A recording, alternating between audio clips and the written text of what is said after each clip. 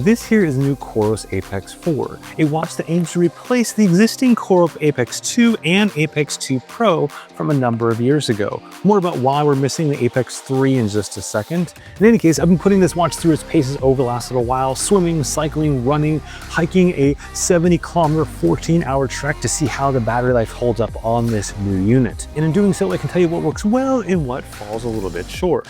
So the very first thing to talk about here is the fact that the name is not the APEX 3. As I mentioned, they basically combined the two watches here, the Pro and the non-Pro series, into one single series, the APEX 4, and that 4 is offered in two sizes, the 42mm and the 46mm. More about the displays in just a second as well.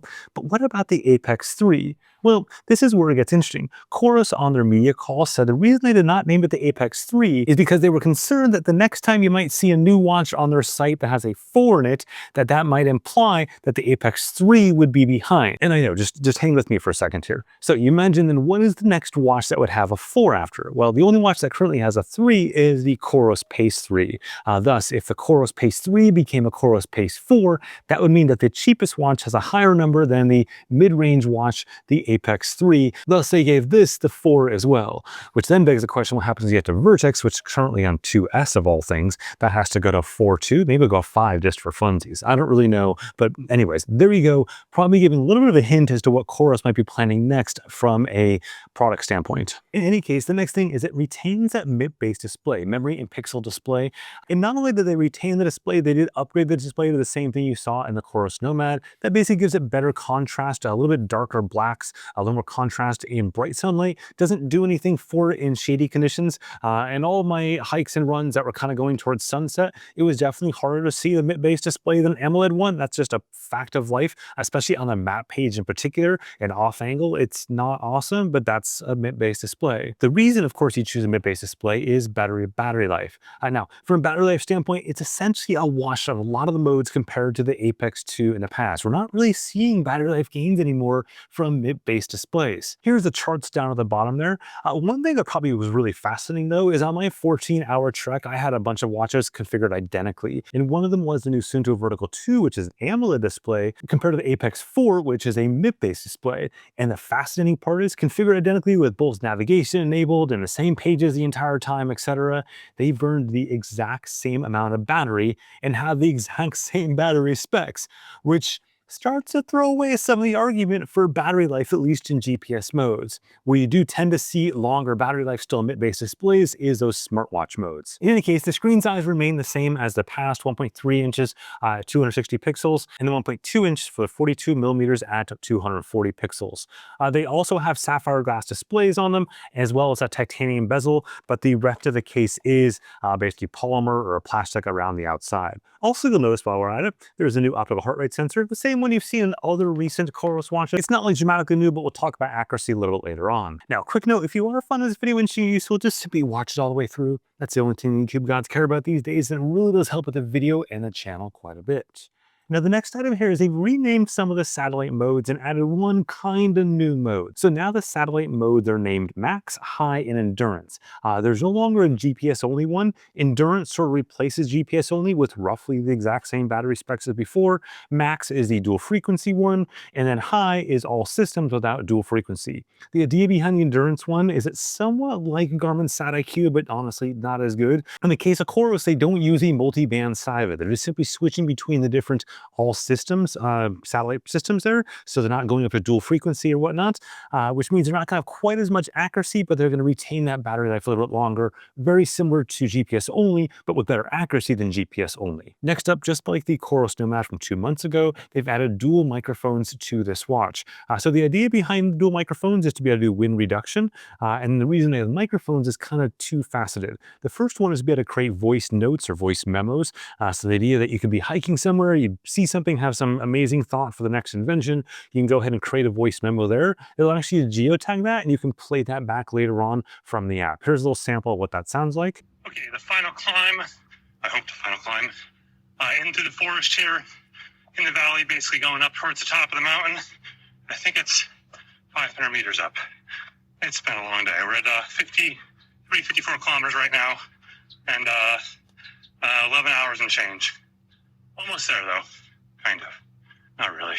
And then the second piece is for voice calling, which then gets to the speaker they've added to this. This is the first COROS watch to have a true speaker. In the past, all COROS watches have had beepers. Now that actually has a speaker, so it can play back things. That includes, for example, churn notifications or other bits like that while you're hiking. Continuing activity. But it also includes the ability to take calls using that microphone and now the speaker with it. Incoming call, does yap. Let's see if I can answer that. Your end of things, let me just go ahead and put it up to my microphone right now, but you sound very clear, so go ahead and speak to the audience there. I shall speak to the audience. So right now you're at full speaker and you actually sound pretty darn good, as you just heard there. And now I'm just talking at basically like, I don't know, 6 inches, about maybe 18, 20 centimeters away. I am hyper impressed with how your voice sounds, actually. I mean, you sound just like you'd be on your phone or possibly even some AirPods or something like that. Yeah, I mean, you're not quite as clear as the phone or AirPods, but you're much better than I think almost every other wearable that we've done this call test on at this point. Let's see here. I really do miss the baguettes from Spain right now. I could really use one. Liar. French baguettes are better.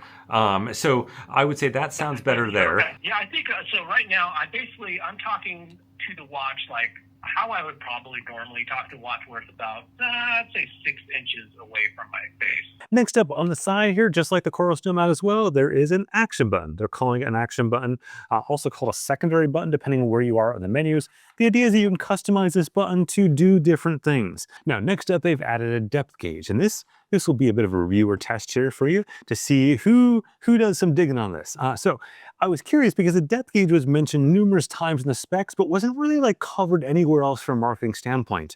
And I did some digging into the watch and I couldn't find any sort of snorkeling mode or diving mode or free diving, scuba diving, anything like that. So after going back and forth a little bit with them, turns out the depth gauge is only shown in the open water swimming profile. And then from there, you have to go customize the data metrics to be able to see that depth. You can add both current depth as well as max depth and add also water temperature and average water temperature.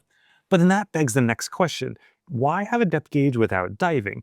So I went back to them and said, hey, is this certified to anything? Most of the watches today that have depth gauges are certified to a given standard, and that certification is for the depth gauge itself, because obviously depth is super important in scuba diving, free diving, etc. And if it's wrong, you can get yourself killed.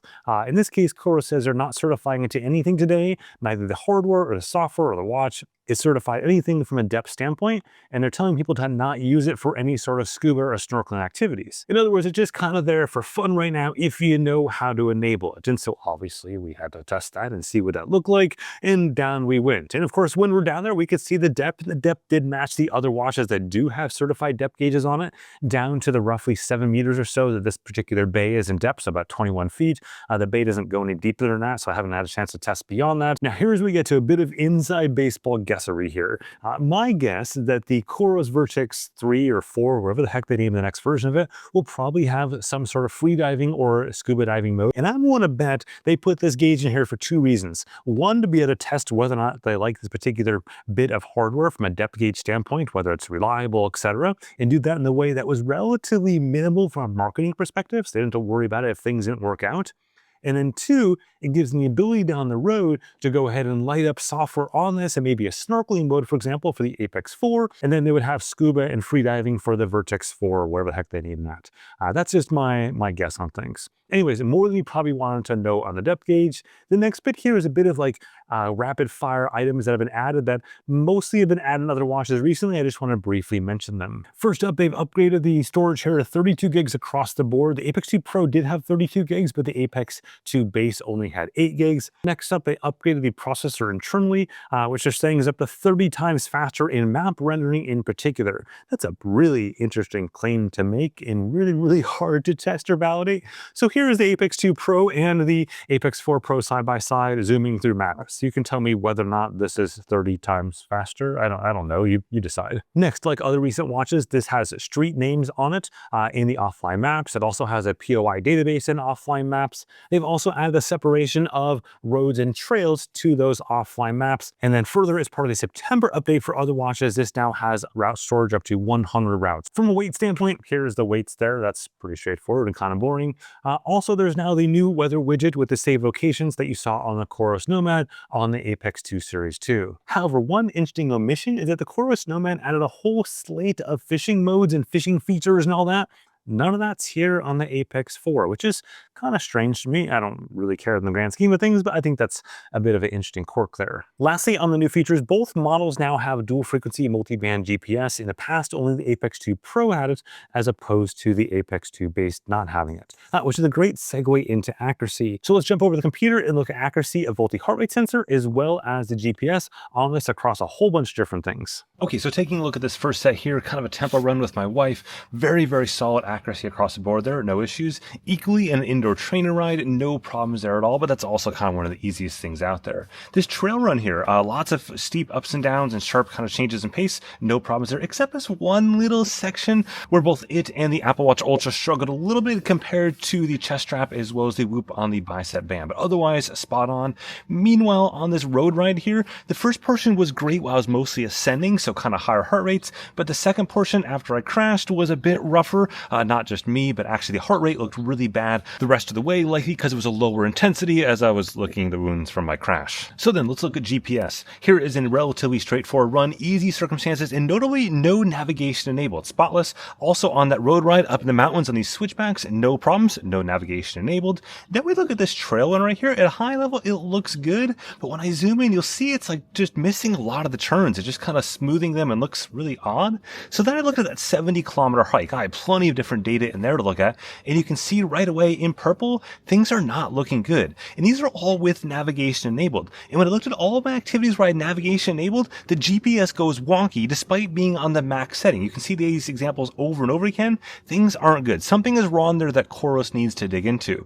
Meanwhile, on the elevation side, it's spotless. So that's good to see there. Across all those devices, over 14 hours, perfect. If I look finally at open water swimming, it's kind of shortening some of the corners there, not quite perfect. Better than the past, but still needs a little bit of work. Okay, so where do we stand overall? Well, it's kind of funny. So when the Apex 2 and 2 Pro came out back a number of years ago, I commented at the time that it was like in a price no man's land, a death zone from a price standpoint. They were trying to compete it within $50 of the Garmin Forerunner 955 at the time, which was priced at $499, and the Apex 2 Pro was priced at $449. In that case, there was no chance in the world anyone was going to buy the far less featured COROS Apex 2 Pro, and that's the way things worked out. No one bought this watch. I mean, it's as simple as that. So now that we fast forward a bunch of years and Garmin's prices have skyrocketed up, and while COROS's prices have increased here for this model, they're only increased between 20 and 70 bucks depending on which variation you talk about. At this point, the Apex finally makes sense, not just competitively compared to other options from Garmin and Nnow and Polar in particular really here, but also within COROS's own lineup. They've now got a much clearer kind of progression, if you will, from the Pace series to the Pace Pro to the Nomad and the Apex 4, basically being the yin and the yang, one of them offering MIP, one of them offering AMOLED at roughly the same price point. And then from there you jump up to the Vertex, which that part of the story kind of falls apart given how old the Vertex is at this point, and we'll have to see what happens over the next little while, whether or not we get new models there. In any case, there is still plenty more sports technology to come, so definitely hit that subscribe button at the bottom there for, well, more videos as soon as they drop. With that, have a good one.